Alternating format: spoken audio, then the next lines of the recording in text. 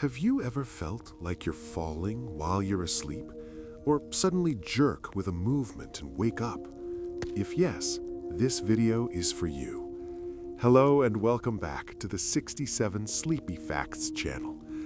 Tonight, we're going to deep dive into why people face it, what does this mean about them, and is it okay? Before we begin, if this feels like your corner of the internet, consider the YouTube rituals. Now, let's begin. You know, there's something oddly comforting about knowing that when your body does that sudden jolt as you're falling asleep, you're experiencing something that connects you to most of humanity. That little startle, that split-second feeling of falling, it's called a hypnic jerk. And if you get them, you're actually in wonderful company. About 60 to 70% of people experience these regularly, which means, chances are, the person sleeping next to you, your friends, your family, they've all felt that same strange sensation of being jolted awake right at the edge of sleep. There's something almost poetic about hypnic jerks when you really think about them. They're like little reminders that your brain is this incredibly complex thing that's constantly working, even when you're trying to rest. As you drift from wakefulness into sleep, your brain is orchestrating this delicate dance between different systems, and sometimes, just sometimes, there's a little misstep. That jolt you feel isn't a flaw or a problem, it's actually evidence that your nervous system is functioning exactly as it should, transitioning you from one state of consciousness to another. The sensations people describe are fascinatingly varied and creative. Some people feel like they're falling off a cliff, that stomach-dropping sensation of suddenly losing ground beneath them. Others feel like they've missed a step on a staircase or tripped over something in the dark. Some experience it as an electrical zap running through their body, while others hear a sudden loud crash or bang that isn't really there. A few people even see a brief flash of light. Your brain, in that twilight moment between wake and sleep, creates these vivid little scenarios, and each one is unique to you. What's particularly interesting is that these jerks can affect any part of your body. Sometimes it's your legs that kick out suddenly, sometimes your arms flail, occasionally your whole body contracts in one swift motion. They can be so subtle that you barely notice them, just a tiny twitch of a finger or toe. Or they can be so powerful that they wake you up completely and even startle your partner awake beside you. Some people even make sounds, a small gasp or a brief shout as their body reacts to whatever scenario their brain has conjured up. The theories about why we experience hypnic jerks are actually quite fascinating and speak to something deeper about human evolution. One of the most popular theories suggests that as your muscles begin to relax and you start drifting towards sleep, your brain's primal monitoring system might misinterpret this relaxation as falling. Picture our ancient ancestors sleeping in trees, where falling asleep too deeply could literally mean falling to the ground. That sudden jerk might have been the brain's way of checking, making sure you were still secure, still safe. It's your ancient brain, millions of years old, still trying to protect you from a fall from a tree branch you're not even sleeping in anymore. Another theory points to the reticular activating system, this network in your brainstem that helps control the transition between sleep and wakefulness. As this system powers down for the night, sometimes there are little misfires, little bursts of activity as the neurons settle into their nighttime patterns. Think of it like an engine cooling down after a long drive, those little ticks and pops as everything adjusts to a new temperature. Your brain is doing something similar, and hypnic jerks are just part of that natural adjustment process. The psychological dimension of hypnic jerks is where things become really interesting, because these physical sensations don't exist in isolation. They're woven into your emotional state, your stress levels, your relationship with sleep itself. And understanding this psychological layer can actually change how you experience these jerks, transforming them from something frustrating or concerning into something you can observe with curiosity and even compassion for yourself. When you experience a hypnic jerk, there's often an immediate emotional response. For many people, it's a brief flash of fear or panic.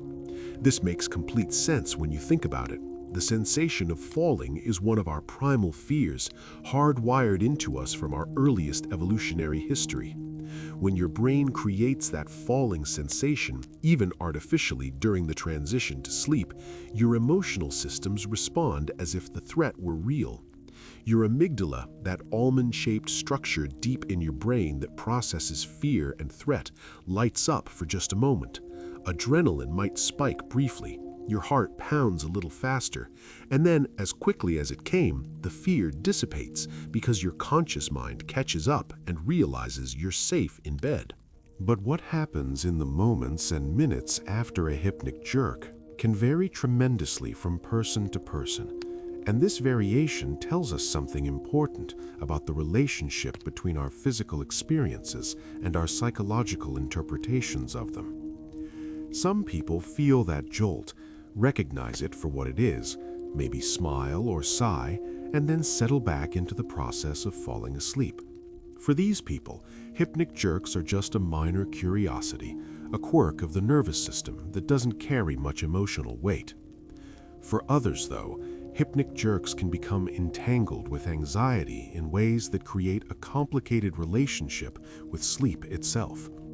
If you're someone who already feels anxious about sleep, who worries about whether you'll get enough rest, whether you'll be able to fall asleep, whether you'll wake up during the night, then hypnic jerks can become another item on a growing list of sleep-related concerns. You might start to anticipate them, to tense up as you feel yourself getting drowsy, waiting for that jolt to come. And this anticipation, this subtle bracing against the experience, can actually make hypnic jerks more likely to occur. This creates what psychologists call a negative feedback loop. Your anxiety about hypnic jerks increases the likelihood that you'll experience them. When you do experience them, it confirms your worry that they're a problem, which increases your anxiety further, which makes them even more likely. Breaking out of this loop requires a shift in how you relate to the experience, a move from resistance and worry toward acceptance and curiosity. There's also the element of control, or rather the loss of it. Falling asleep requires surrendering control. You can't force yourself to sleep. You can only create the conditions for sleep and then let go, allowing your consciousness to dissolve into unconsciousness. For people who feel a strong need for control, who find uncertainty or unpredictability distressing, this daily act of surrender can be psychologically challenging. Hypnic jerks in this context can feel like your body betraying you, acting without your permission, startling you just when you thought you were safely on your way to sleep. But here's where a shift in perspective can be incredibly helpful. What if hypnic jerks aren't a betrayal, but rather a kind of communication?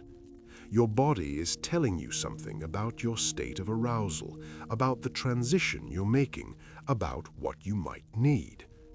A frequent pattern of hypnic jerks might be your nervous system's way of signaling that you're carrying too much tension into bed, that the transition from wakefulness to sleep is too abrupt, that you need a gentler wind-down routine. The relationship between stress and hypnic jerks is particularly revealing. When you're under chronic stress, your nervous system exists in a state of heightened activation. Your sympathetic nervous system, responsible for the fight or flight response, is more active than it should be. Your muscles carry more tension, your mind races more, your body is primed for action, for vigilance, for responding to threats. And then you lie down and ask this activated system to suddenly switch off and allow sleep. The hypnic jerk in this context might be a physical manifestation of the conflict between a body that's been told to stay alert and a mind that's desperately seeking rest. Understanding this can actually reduce the distress associated with hypnic jerks. Instead of seeing them as random, meaningless annoyances, you can recognize them as feedback. They're telling you something about your stress levels, about how you're managing the transition from day to night, about what your nervous system needs. This doesn't mean you're doing something wrong, it just means you're human, navigating the complexities of modern life with a nervous system that evolved for very different circumstances. The cognitive aspect is important too. What you think about hypnic jerks shapes how you experience them. If you interpret them as a sign that something is wrong with you, that your body is malfunctioning, that you're broken in some way, then each jerk carries the weight of that interpretation. It becomes evidence of your brokenness, which can feed into broader patterns of negative self-perception. But if you understand them as a normal, common, even universal aspect of the sleep-wake transition, then each jerk is just a neutral event, something that happens, nothing more. The stories we tell ourselves about our experiences matter profoundly. Two people can have the exact same hypnic jerk, the same physical sensation, but have completely different emotional experiences depending on the narrative they construct around it. One person thinks, "There's something wrong with me, I can't even fall asleep normally." Another thinks, "There goes my brain again, doing its weird evolutionary thing." Same event, different stories, very different emotional consequences. There's also the social dimension to consider. If you share a bed with a partner, hypnic jerks can take on additional psychological meaning. You might feel embarrassed when a strong jerk wakes your partner. You might worry that you're disturbing their sleep, that you're being a burden, that they're judging you for it. Or perhaps your partner has expressed annoyance about being woken up, and now you carry that tension with you as you try to fall asleep, which of course makes hypnic jerks more likely. But here's something worth considering. Your partner experiences hypnic jerks too. They understand what it's like. And if they're disturbed by yours occasionally, well, that's part of the ordinary messiness of sharing sleep space with another human being. Bodies are not silent, still, perfectly controlled objects during sleep. We snore, we move, we twitch, we sometimes talk or make sounds. This is normal. This is human.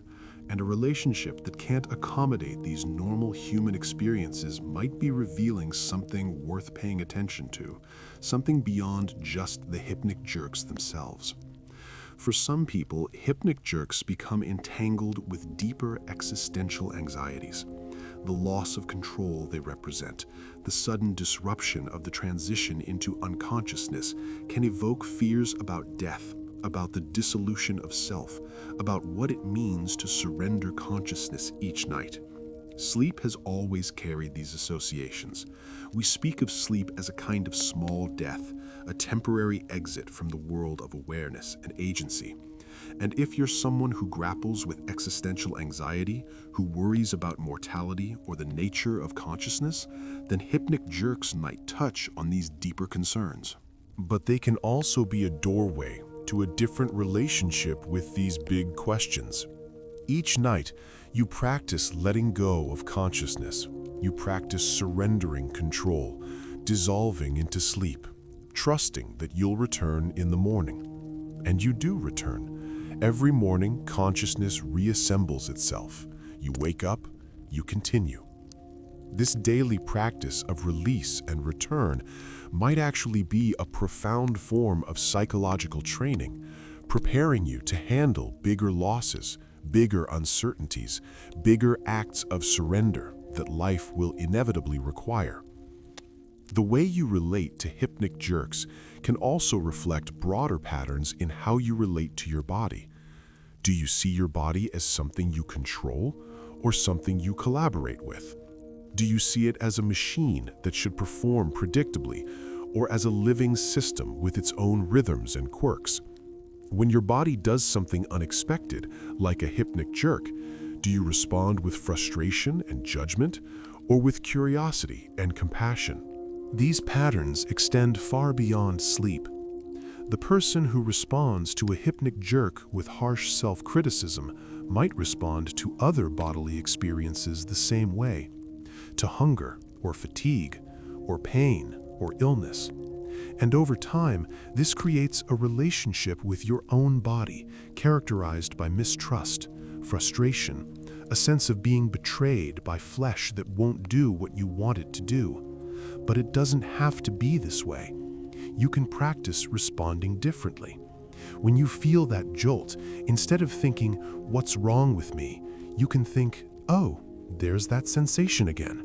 My body doing its thing. How interesting." This shift might seem small, but it's actually quite profound. It's a move from judgment to observation, from resistance to acceptance, from seeing your body as an adversary to seeing it as a companion on this journey through life. And this shift, practiced night after night with something as small as hypnic jerks, can gradually change your entire relationship with embodied existence. There's also something to be said about the mindfulness aspect of hypnic jerks. In our culture, we're often encouraged to ignore or override bodily sensations, to push through fatigue, to ignore hunger or discomfort, to maintain productivity regardless of what our bodies are telling us. Hypnic jerks, because they're so sudden and unavoidable, cut through this tendency. They force a moment of attention. You can't ignore a strong hypnic jerk. It demands that you notice, that you become aware of your body, of the process of falling asleep, of the transition you're making. And if you can meet that moment with curiosity rather than annoyance, it becomes an opportunity for mindfulness, for being present with your actual experience, rather than lost in thoughts about tomorrow or ruminations about today. The jerk happens, you feel it, you notice it, and then you notice the aftermath, the slight elevation in heart rate, the brief alertness, and then the slow return of drowsiness. This is meditation in its most basic form, simply paying attention to what is, without trying to change it or escape it. Some people find that hypnic jerks are more frequent during periods of life transition or uncertainty. When you're starting a new job, going through a breakup, moving to a new city, dealing with illness in the family, processing grief, navigating any of the major disruptions that life brings, hypnic jerks might become more common. This makes sense psychologically. Your nervous system is processing a lot. There's more activation, more to process, more that your brain is trying to work through even as you sleep. The hypnic jerks might be a kind of overflow, excess neural activity that discharges as you transition into sleep. Recognizing this pattern can be validating. It's not that you're doing something wrong or failing at sleep. It's that you're going through something significant and your body is responding to that reality. The hypnic jerks become a signal that you need extra care, extra gentleness with yourself, perhaps more intentional stress management or support from others. They're not the problem themselves. They're pointing towards something else that needs attention. The emotional content of the moments just before a hypnic jerk can be illuminating too. Sometimes the jerk seems to come out of nowhere, but other times, if you pay close attention, you might notice that it coincides with a particular thought or image. Maybe you were starting to worry about something, and the jerk interrupted the worry. Maybe you were beginning to drift into a dream, and the content of that emerging dream triggered the jerk. The boundary between waking thoughts and dream imagery is blurry during sleep onset, and hypnic jerks often occur right in that blurry zone. Some researchers have suggested that hypnic jerks might serve a psychological function, a way of the mind checking in, making sure it's safe to fully let go into sleep. This would explain why they're more common when you're stressed or anxious. When you don't feel safe psychologically or physically, your mind is more reluctant to surrender consciousness completely. The hypnic jerk might be a kind of test, a way of briefly returning to awareness to confirm that everything is okay before allowing deeper sleep. If this theory has merit, then the message becomes even clearer. Hypnic jerks aren't the enemy. They're your mind trying to take care of you, trying to ensure your safety before allowing vulnerability. And the way to reduce them isn't to fight them or worry about them, but to create conditions of greater safety and ease. This might mean addressing sources of stress in your life, creating a more comfortable and secure sleep environment, developing better relationships, processing difficult emotions rather than suppressing them. All the things that help your nervous system feel that it's truly safe to rest. The perfectionism that many people bring to sleep is worth examining, too. There's this cultural narrative that good sleep should be effortless, that you should just lie down and smoothly transition into 8 hours of uninterrupted rest. But this isn't how sleep actually works for most people, and it's certainly not how it's worked for most of human history. Sleep is dynamic, variable, responsive to countless factors. Some nights are smoother than others. Some nights you have hypnic jerks. Some nights you don't. This is normal variability, not a failure. When you approach sleep with perfectionism, every hypnic jerk becomes evidence that you're not sleeping correctly, that you're failing at something that should be natural and easy. This creates pressure, and pressure is incompatible with the relaxation necessary for sleep. So you end up in this paradoxical situation where trying too hard to sleep well actually makes sleep more difficult.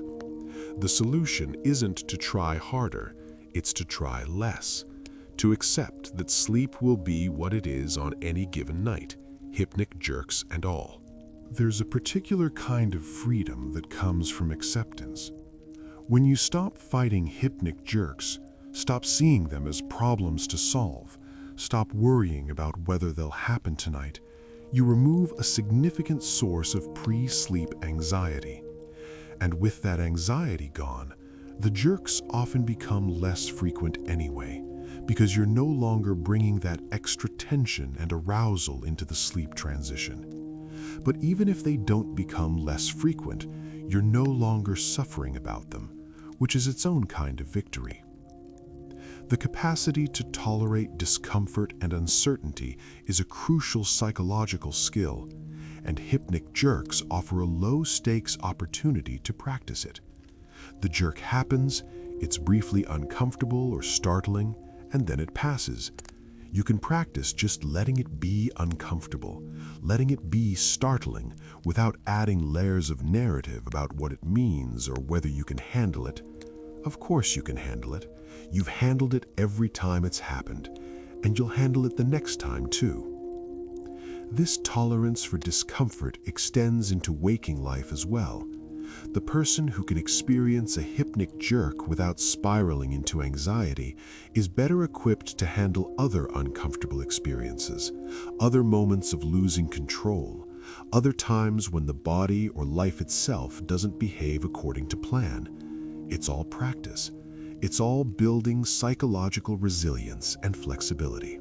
For people with trauma histories, hypnic jerks can sometimes be more distressing because the sudden loss of control, the startle response, can echo traumatic experiences where control was taken from them. If this resonates with you, it's worth approaching hypnic jerks with extra gentleness and perhaps seeking support from a therapist who understands trauma. The goal isn't to eliminate the jerks, which isn't really possible anyway, but to create enough safety in your nervous system that the jerks don't trigger a cascade of traumatic activation. There's also something profound about the vulnerability of sleep. You're lying there, eyes closed, consciousness fading, completely exposed if you think about it. This requires a deep trust in your environment, in the people around you, in life itself.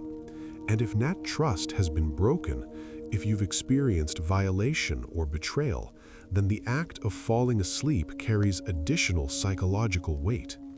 Hypnic jerks might be your system's way of maintaining some vigilance, some readiness, a reluctance to become fully vulnerable. Healing this doesn't happen overnight, and it doesn't happen through willpower or positive thinking.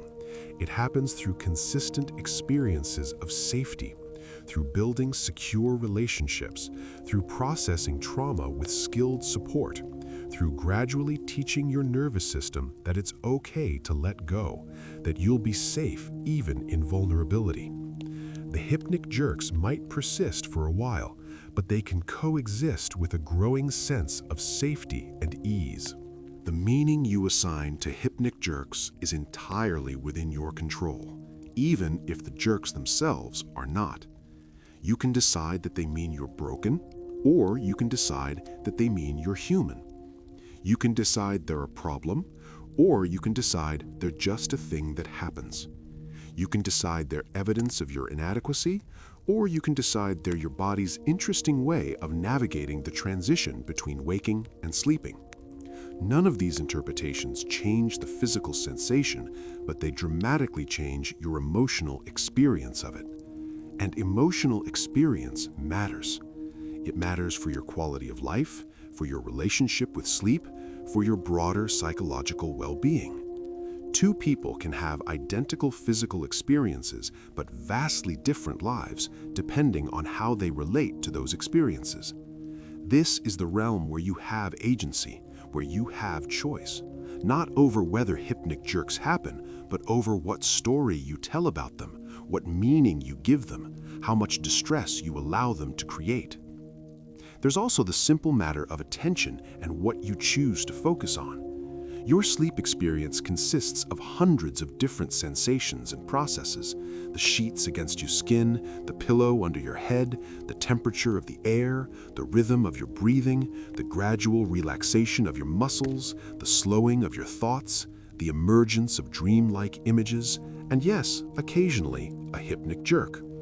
If you focus all your attention on the jerks, if you're constantly monitoring for them, waiting for them, then they'll dominate your experience of trying to sleep. But if you place your attention elsewhere, on the pleasant aspects of settling into bed, on the gradual unwinding of tension, on the gentle drift toward sleep, then hypnic jerks become just one small part of a much larger, mostly pleasant experience. This isn't about denying the jerks or pretending they don't happen. It's about proportionality, about not letting one element of your sleep experience overshadow everything else. It's about maintaining perspective. Yes, you might have a few hypnic jerks as you fall asleep, but you also have the comfort of your bed, the relief of lying down after a long day, the pleasure of relaxation, the interesting territory of the hypnagogic state, and eventually hours of sleep and dreams. The jerks are real, but they're not the whole story. The hypnagogic state itself, that twilight zone between waking and sleeping where hypnic jerks occur, is actually quite fascinating from a psychological perspective. This is when your conscious mind begins to lose its grip, when logic loosens, when thoughts become more associative and less linear, when images appear that you didn't consciously generate. This is a state of reduced cognitive control, and for some people this can be uncomfortable. They want to maintain control, to direct their thoughts, to stay rational. But sleep requires the opposite. It requires letting your mind wander, letting control slip away, allowing irrationality and illogic to take over. Hypnic jerks often happen right when this surrender of control is beginning. And if you're resisting that surrender, fighting to maintain cognitive control even as sleep approaches, then the tension of that internal conflict might manifest as physical tension, which can trigger a hypnic jerk. The jerk, then, becomes a signal that you're fighting the very thing you're trying to achieve. The solution is to practice letting go, allowing your thoughts to become strange and fragmented, welcoming the dissolution of rational control that sleep requires. This practice of letting go, of surrendering control, is valuable far beyond sleep. So much of human suffering comes from trying to control things that can't be controlled, from resisting reality as it is, from demanding that life conform to our preferences. Sleep forces you to practice the opposite. Every night, you have to let go. You have to stop controlling. You have to allow something larger than your conscious will to take over. And if you can do this with sleep, you can learn to do it in other areas of life too. The relationship between hypnic jerks and dreams is another interesting psychological dimension. Sometimes, a hypnic jerk seems to erupt from a forming dream. You're beginning to dream that you're walking, and suddenly you trip in the dream, and the trip coincides with a physical jerk. Or you dream you're falling, and the falling sensation triggers the jerk. The boundary between mental content and physical experience becomes blurry, each influencing the other. This reveals something important about the mind-body connection. We often think of mental and physical as separate, but they're intimately connected, constantly influencing each other. A thought can create a physical sensation. A physical sensation can create a thought or emotion. Hypnic jerks are a vivid example of this interplay. The physical jerk creates the mental sensation of falling, or perhaps the mental image of falling creates the physical jerk. It's bidirectional, mutually reinforcing, a perfect illustration of embodied consciousness. Understanding this can shift how you relate to all bodily experiences. Your body isn't just a vehicle for your mind. Your mind isn't just software running on the hardware of your brain. They're one integrated system, each aspect influencing and being influenced by the others. When you care for your body, you care for your mind. When you work with psychological issues, physical symptoms often improve. It's all connected, all one thing, and hypnic jerks are just one small reminder of this fundamental truth. The anticipation of hypnic jerks deserves special attention because anticipation can be more distressing than the actual event. You might lie in bed, feeling drowsy, but part of your mind is waiting, wondering if you'll jerk tonight, when it will happen, how strong it will be. This anticipatory anxiety keeps you partially alert, partially vigilant, which both makes sleep slower to come and makes hypnic jerks more likely when sleep does begin to approach. Breaking this pattern of anticipation requires a conscious shift. Instead of waiting for the jerk, you practice bringing your attention to the present moment. What are you experiencing right now? Right now, there's no jerk. Right now, there's just the feeling of lying in bed, the weight of the blankets, the softness of the pillow, the gentle rhythm of breathing. The jerk might happen in the future, or it might not, but right now, in this moment, everything is fine. This is mindfulness at its most practical, using present moment awareness to interrupt patterns of anxious anticipation. The social comparison aspect is worth noting too.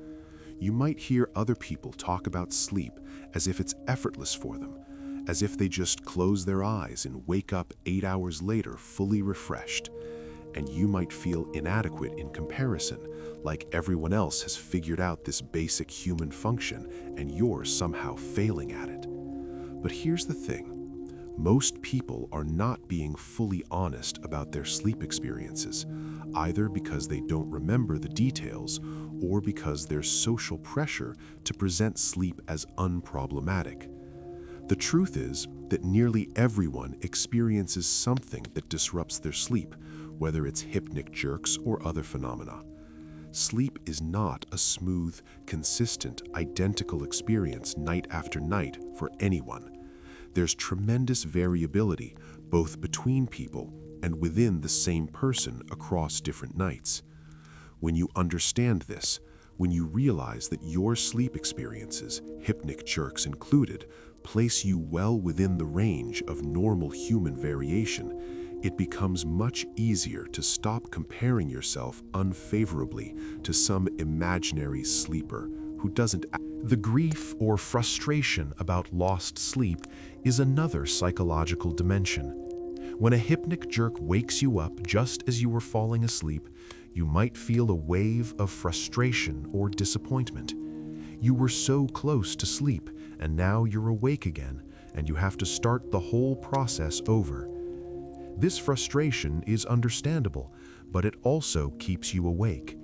The emotional activation of frustration raises your arousal level, making it harder to return to that drowsy state necessary for sleep. A more helpful response, though it takes practice, is to simply acknowledge the jolt, accept that you're a bit more awake now, and then gently invite drowsiness to return. No frustration, no judgment, just a patient recognition that sleep comes and goes in waves, and another wave will arrive soon. This patient, accepting attitude actually helps sleep return more quickly than frustration does. There's also something to explore about the fear of losing consciousness itself. For some people, the transition to sleep carries anxiety because it involves a loss of awareness, a loss of self in a sense. You exist as a conscious entity while awake, but where do you go during sleep? Who or what are you when you're not aware? These are deep philosophical questions, but they can also create psychological resistance to sleep. And hypnic jerks, by jolting you back to awareness just as consciousness is fading, might be a physical manifestation of this psychological resistance. If this resonates, it might help to reframe sleep not as a loss of self, but as a different mode of being. You don't cease to exist during sleep, you just exist differently. Your brain is incredibly active during sleep, processing memories, consolidating learning, regulating emotions, maintaining bodily functions. You're still you, just in a different state. And each morning you return to waking consciousness. The self reassembles. Continuity is maintained. This has happened thousands of times in your life already. You can trust the process. The seasonal or cyclical nature of hypnic jerks is interesting too. Some people notice they're more common during certain times of year or certain phases of life, or in relation to the menstrual cycle. This variability is itself information. It suggests that hypnic jerks are responsive to changing conditions, both internal and external. They're not fixed, unchanging problem, but rather a dynamic response to whatever's happening in your life and body. Tracking these patterns, if you're curious, can be illuminating. You might notice that hypnic jerks are more common during high-stress work periods, or during relationship conflicts, or when you're not exercising regularly, or when you're consuming more caffeine. This information empowers you. It shifts hypnic jerks from being this mysterious, uncontrollable thing to being a comprehensible response to identifiable factors. And when you understand the factors, you can sometimes modify them, not to eliminate hypnic jerks entirely, but to reduce them to a level that doesn't interfere with your sleep or well-being. The element of surprise in hypnic jerks contributes to their impact. You never know exactly when they'll happen, which means you can't brace for them or prepare. This unpredictability can be unsettling for people who value certainty and control. But unpredictability is also a fundamental feature of life. Not everything can be predicted or controlled. Learning to be okay with this, to tolerate the uncertainty of not knowing whether you'll have a hypnic jerk tonight, is actually valuable psychological training for tolerating all the other uncertainties that life presents. Acceptance doesn't mean you have to like hypnic jerks. You can accept that they happen while still preferring they didn't. Acceptance just means you're not fighting reality, not exhausting yourself with resistance to something that's already occurring. This conservation of energy is crucial. Fighting hypnic jerks takes psychological energy that could be better used elsewhere. Accepting them frees up that energy for other things, for the actual work of living and growing and healing. The communication with sleep partners about hypnic jerks can be an interesting exercise in vulnerability and intimacy. Talking about these experiences, admitting that your body does this strange thing, asking for understanding or reassurance, these conversations require a degree of openness. And how your partner responds can tell you a lot about the relationship. A partner who responds with dismissiveness or annoyance might be revealing broader patterns of empathy or consideration. A partner who responds with curiosity or reassurance is demonstrating care. These conversations also normalize the experience.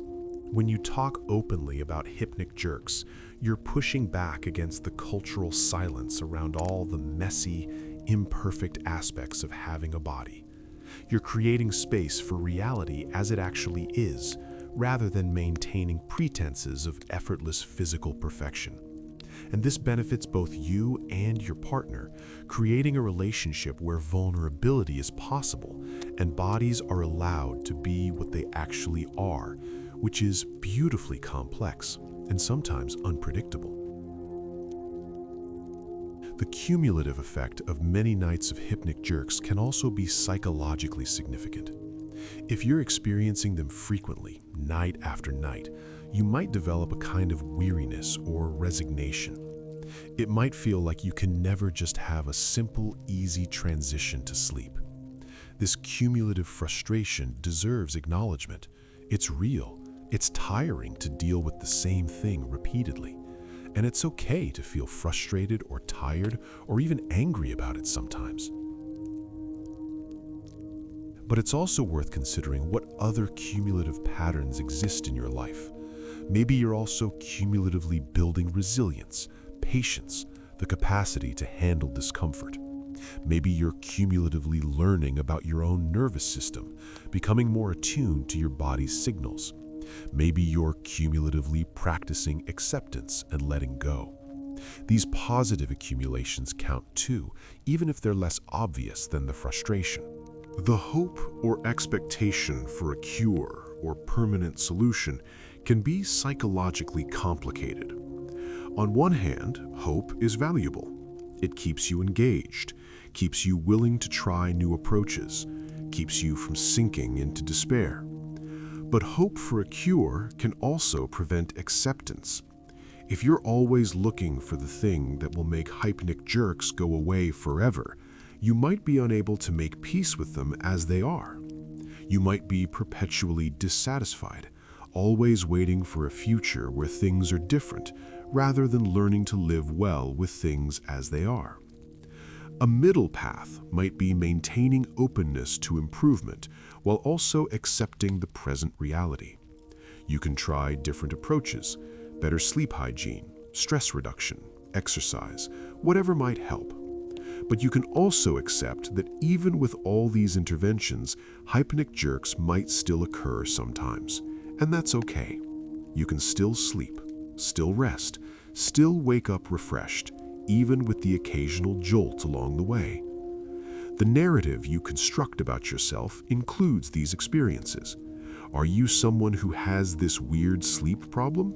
Or are you someone who experiences a normal neurological phenomenon? Are you broken? Or are you just human? The story you tell shapes your identity, your self-esteem, your confidence. Choosing a compassionate, normalizing narrative isn't about denying difficulty. It's about placing difficulty in an accurate context where it doesn't define you or determine your worth. For younger people experiencing hypnic jerks, there might be additional psychological dimensions. You might worry about what it means for your future, whether it will get worse, whether it indicates some larger problem. The uncertainty of youth combines with the uncertainty of these experiences to create extra anxiety. But here's what's worth knowing. You're experiencing something that's been part of human sleep for as long as humans have existed. It's not new. It's not a sign of your generation being somehow broken or damaged. It's just part of the human experience that you're now old enough to notice and reflect on.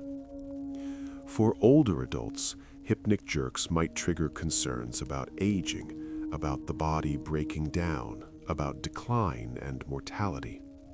But again, context matters.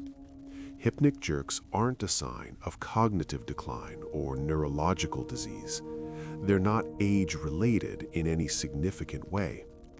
Your experience of them might change with age, but that's different from them being caused by aging.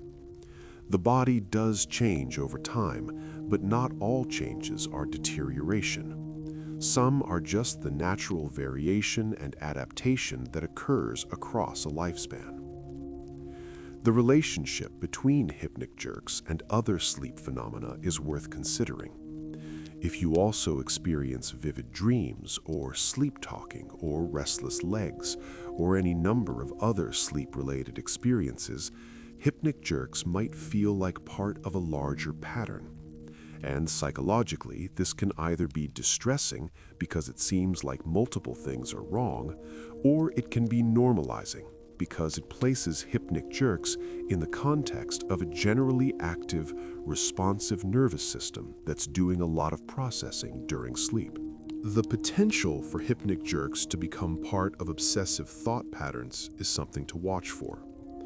If you find yourself thinking about them constantly during the day, researching them endlessly, worrying about them in moments that have nothing to do with sleep, this might indicate that anxiety about hypnic jerks has expanded beyond proportion to their actual impact on your life. This is a signal that it might be helpful to talk with a mental health professional, not because hypnic jerks are a mental health problem, but because anxiety has a way of latching on to various focuses, and professional support can help you develop better strategies for managing anxiety generally. The sensory experience of hypnic jerks can also be explored more deeply. The falling sensation, when you really pay attention to it, is quite interesting. Where exactly do you feel it? How long does it last? What's the quality of the sensation? This kind of detailed sensory awareness can actually reduce distress because it shifts you from being a victim of the sensation to being an observer of it. You're studying it, examining it, rather than just suffering through it. This creates psychological distance and often reduces emotional intensity. The sound that sometimes accompanies hypnic jerks, whether it's a gasp or a shout or just a sharp intake of breath, adds another dimension.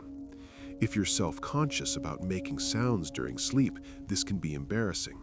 But again, this is just your body doing its thing.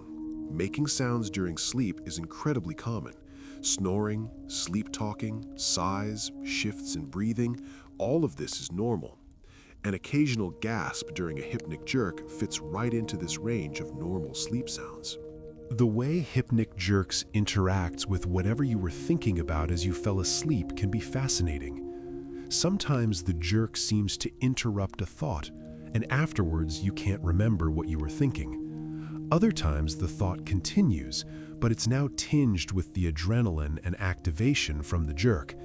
And sometimes the content of your thoughts seems related to the jerk, like you were thinking about something stressful and the stress triggered the jerk. Paying attention to these patterns can give you insight into your own mind. The cultural attitudes toward sleep and toward bodies that don't behave perfectly also shape your experience. We live in a culture that often treats bodies as machines that should perform consistently and predictably. When your body does something unexpected, like a hypnic jerk, it violates this mechanistic expectation. But bodies aren't machines, they're living systems, and living systems are variable, responsive, sometimes unpredictable. Recognizing the limitations of the mechanistic metaphor can free you from unrealistic expectations. The practice of self-compassion in relation to hypnic jerks is powerful. When you have a jerk, instead of criticizing yourself or feeling frustrated, what if you responded with kindness? What if you mentally said to yourself, "This is hard, this is frustrating, I wish it wasn't happening, and it's okay that I feel that way." This isn't about making the jerk go away, it's about changing your relationship with yourself in the midst of difficulty. And that changed relationship affects everything. As you continue to drift here, feeling whatever sensations are present in your body, you might notice that sleep comes in waves, sometimes closer, sometimes farther. The hypnic jerk, if it happens, is just a momentary shift in those waves, a brief return to waking before sleep pulls you back in. There's no emergency, nothing to fix, just your body doing what bodies do as they navigate the mysterious boundary between consciousness and sleep. You're safe here. You can rest. And whatever happens with your body as you drift off is okay. It's all okay. Just part of being alive, being human, being this particular person in this particular body, making this familiar journey from waking into sleep.